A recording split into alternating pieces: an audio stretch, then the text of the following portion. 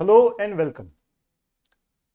इस प्रेजेंटेशन में accounting concepts, conventions, principles and overview of emerging trend in accounting, ये जो फर्स्ट यूनिट है फाइनेंशियल अकाउंटिंग का, इसका रिवीजन और एमसीक्यू हम स्टडी करने वाले हैं। बेसिकली ये जो टर्मिनोलॉजीज दी हुई है, accounting concepts are nothing but the basic ideas of accounting, conventions the general practices of a business, principles जो भी रूल्स एंड रेगुलेशंस हम फॉलो करते हैं वो, और 5 इमर्जिंग ट्रेंड्स जो इस चैप्टर में डील की गई है वो मेनली हम इस चैप्टर में स्टडी करने वाले हैं। तो अकाउंटिंग कॉन्सेप्ट्स, कन्वेंशंस, प्रिंसिपल्स में 12 कॉन्सेप्ट्स एंड कन्वेंशंस, प्रिंसिपल्स उन्होंने डील किए हुए हैं। First is money measurement concept, आगे चलकर हम डिटेल में इसके बारे में स्टडी करने वाले हैं। Second is business entity concept, third is dual aspect concept, next is periodicity concept, realisation concept, matching concept, accrual और cash concept, consistency concept, conservatism principle, materiality concept, going concern concept, historical cost concept. ये accounting concepts and conventions mainly हम आज के इस presentation में देखने वाले हैं। साथ में फिर हम इस पर एमसीक्यूज भी स्टडी करेंगे। तो एक एक कॉन्सेप्ट लेते हैं, शॉर्ट में इसका एक इंट्रोडक्शन लेंगे एंड देन फिर आगे एमसीक्यूज की तरफ जाएंगे। So money measurement concept, basically in accounting everything is to be recorded in terms of money. So हम जो भी books of accounts में record करते हैं हम monetary form में record करते हैं, उसकी जो भी monetary value है वो हम record करते हैं। हम kg, pieces, मीटर, लीटर में record नहीं करते, हम money value में उसको record करते हैं। That is nothing but money measurement concept. तो only monetary transactions are recorded in the books of accounts. Non monetary transactions को हम बुक्स ऑफ अकाउंट्स में रिकॉर्ड नहीं करते, मॉनेटरी ट्रांजैक्शंस को हम बुक्स ऑफ अकाउंट्स में रिकॉर्ड करते हैं।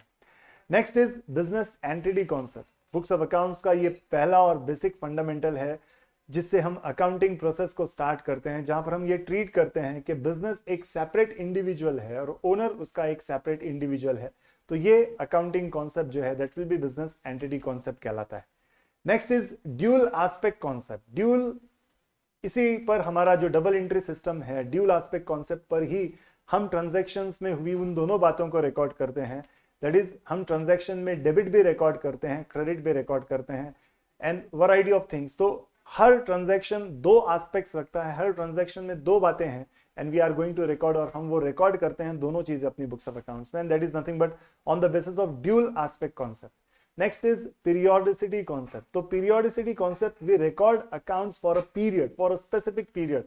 So in accounting, period is the interval of time at the end of which the income statement and financial position, that is balance sheet, are prepared. So at the end of the year, normally हम 1 year 12 महीनों का एक accounting year, एक financial year follow करते हैं। Generally हमारे यहाँ पर वो अप्रैल टू मार्च ये फाइनेंशियल ईयर फॉलो किया जाता है। That is nothing but periodicity concept. इसी कॉन्सेप्ट के बेस पर हम बुक्स ऑफ अकाउंट्स का एक स्पेसिफिक पीरियड डिसाइड करते हैं और उसके लिए अकाउंटिंग करते हैं। Next is realisation concept. Realisation concept, according to this concept, profit should be accounted for only when it is actually realised. तो नॉर्मली हम इनकम को तो रिकॉर्ड करते ही करते हैं, बट प्रॉफिट को हम तब तक अपनी बुक्स ऑफ अकाउंट्स में रिकॉर्ड नहीं करते जब तक वो रियलाइज नहीं हो जाती, वो अर्न नहीं हो जाती। कैश सेल्स रिकॉर्ड करते हैं, क्रेडिट सेल्स रिकॉर्ड करते हैं, because it is realised. No doubt ये माना जाता है कि आगे चलकर इसका पैसा मिल जाएगा। दैट्स व्हाई ये रियलाइजेशन कॉन्सेप्ट के बेस पर ही हम cash as well as credit दोनों सेल्स को रिकॉर्ड करते हैं, क्योंकि वो मिलना कंफर्म है। That's why realisation concept. Next is matching concept. इसी मैचिंग कॉन्सेप्ट के बेस पर हम अपना इनकम स्टेटमेंट प्रिपेयर करते हैं, जहां पर हम अपना प्रॉफिट और लॉस कैलकुलेट करते हैं, अपनी इनकम को अपने एक्सपेंसेस से मैच करते हैं, अपने रेवेन्यू को अपने कॉस्ट से मैच करते हैं। द डिफरेंस विल बी, अगर इनकम ज्यादा एक्सपेंस कम तो प्रॉफिट, एक्सपेंस ज्यादा इनकम कम तो लॉस। नेक्स्ट है मैचिंग कॉन्सेप्ट के बाद एक्रूअल कॉन्सेप्ट। सो एक्रूअल कॉन्सेप्ट, इसी के बेस पर हमारा बुक कीपिंग सिस्टम डिपेंड करता है। हम cash as well as credit दोनों ट्रांजैक्शंस को बुक्स ऑफ अकाउंट्स में रिकॉर्ड करते हैं। तो according to this concept, cost, revenue and expenses both are recorded in books of accounts on the basis of it may be paid or payable, whatever be, हम दोनों अपने books of accounts में उसको record करते हैं। that is nothing but accrual system। हमारा जो double entry bookkeeping system है उसका नाम accrual system भी है। So whether they are received paid in cash और नॉट, तो मैंने अभी जैसा बताया आपको इसी तरह से। Consistency concept, books of accounts record करते वक्त हम जो पॉलिसीज फॉलो करते हैं उन पॉलिसीज को कॉन्स्टेंटली फॉलो करते हैं। जैसे अगर डेप्रिसिएशन का एक मेथड हमने डिसाइड किया, रिटन डाउन वैल्यू मेथड, तो every year we charge depreciation by written down value method only. फिर हम ऐसा नहीं करते एक साल रिटन डाउन एक साल ओरिजिनल कॉस्ट, इस तरह से। तो this is nothing but consistency concept. Next is conservatism concept. So conservatism concept, as per this concept, all the prospective losses are taken into consideration.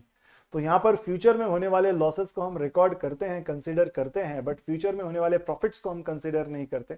Income realised है तो record करते हैं, बट प्रॉफिट अगर जब तक मिलेगा नहीं तब तक हम उसको रिकॉर्ड नहीं करते, लेकिन होने वाले फ्यूचर लॉस को हम रिकॉर्ड करते हैं। Conserve means to be go on safer side. So हम यहाँ पर कंजर्वेटिज्म पॉलिसीज को फॉलो करने के बाद ही अपने बुक्स ऑफ अकाउंट्स में अकाउंटिंग का ये प्रोसेस करते हैं। Next is materiality concept. So materiality concept, by this concept all material items must be properly reported in the financial statement. Books of accounts में ये मैटर ऑफ जजमेंट है कि भाई हमारे लिए वो मटेरियल है नहीं है, विच हैज सर्टेन वैल्यू और not, then we record it.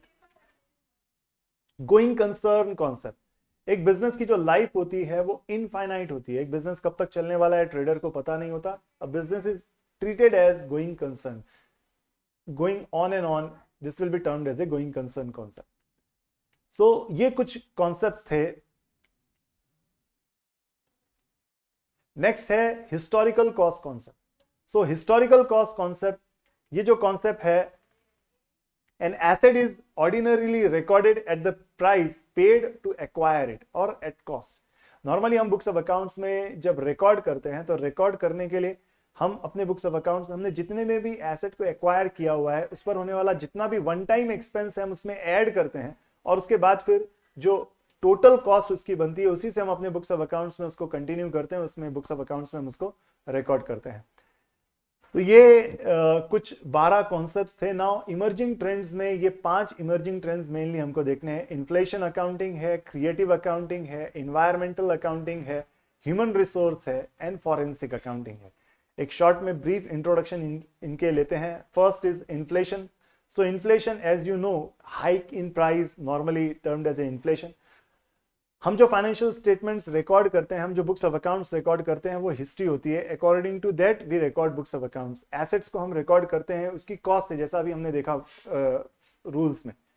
But आज अगर उसकी वैल्यू बढ़ी है या कम हुई है तो उसके अकॉर्डिंगली उन एसेट्स को, उन स्टेटमेंट्स को एडजस्ट करना, that is nothing but inflation accounting. एक डेवलपिंग फील्ड है, एक रिसेंट ट्रेंड है, अकाउंटिंग प्रोसेस है, बट नॉर्मली जो फाइनेंशियल अकाउंटिंग है वो उसी तरह से, उसी सिस्टम से कीप किया जाता है।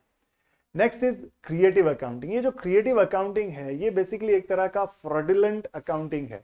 यहां पर अकाउंटेंट जो है बुक्स ऑफ अकाउंट्स में जो फ्रॉड्स करने के लिए, जो मैनिपुलेट करने के लिए बुक्स ऑफ अकाउंट्स को, जो फिगर्स को मैनिपुलेट करना है जिससे कोई एडवांटेज लिया जा सके, ऐसा अगर कोई अकाउंटिंग कर रहा है that it will be termed as a creative accounting. ऐसा कोई स्पेसिफिक प्रोसेस नहीं है, बट अकाउंटिंग फंडामेंटल्स को यूज कर उसको रॉन्ग वे में यूज करना, that is nothing but creative accounting.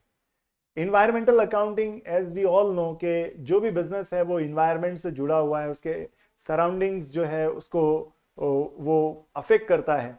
अब वो उस सराउंडिंग को पॉल्यूट करता है या उस सराउंडिंग से जो भी एडवांटेजेस लेता है, तो ये उसका अकाउंटिंग है कि वो किस तरह से इको फ्रेंडली अपने बिजनेस को चला रहा है या अपने बिजनेस के लिए जो भी उसने इन्वायरमेंट से हेल्प ली हुई है, तो that is for environmental accounting.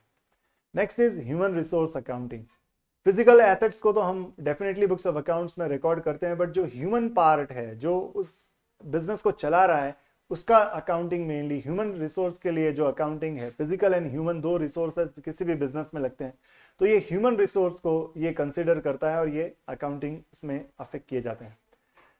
सो ये कुछ एमसीक्यूज हैं, क्विकली ये एमसीक्यूज अब देखते हैं। यहाँ पर वो जो एमसीक्यूज है, नो डाउट ये जितने भी फंडामेंटल्स मैंने आपको बताए, जितने भी बेसिक्स मैंने आपको बताए, उसी पर ये एमसीक्यूज है। तो in accounting every transaction is recorded in terms of money.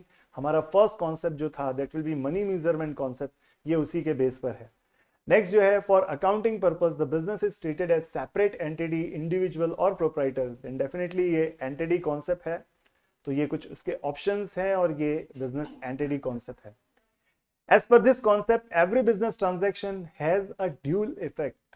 तो dual aspect, historical cost, materiality and periodicity, definitely ये ड्यूल एस्पेक्ट कॉन्सेप्ट के बेस पर हर ट्रांजैक्शन को हम ड्यूल रिकॉर्ड करते हैं, ड्यूल उसको अकाउंटिंग करते हैं. An accounting period is the interval of time at the end business entity है, ड्यूल एस्पेक्ट है, मनी मेजरमेंट है, पीरियोडिसिटी कॉन्सेप्ट, देन डेफिनेटली ये पीरियोडिसिटी कॉन्सेप्ट है.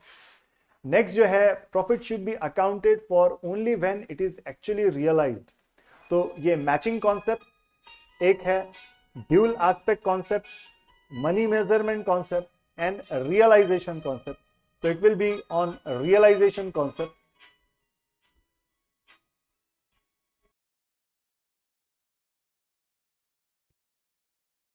नेक्स्ट है, profit should be accounted for only when it is actually realised.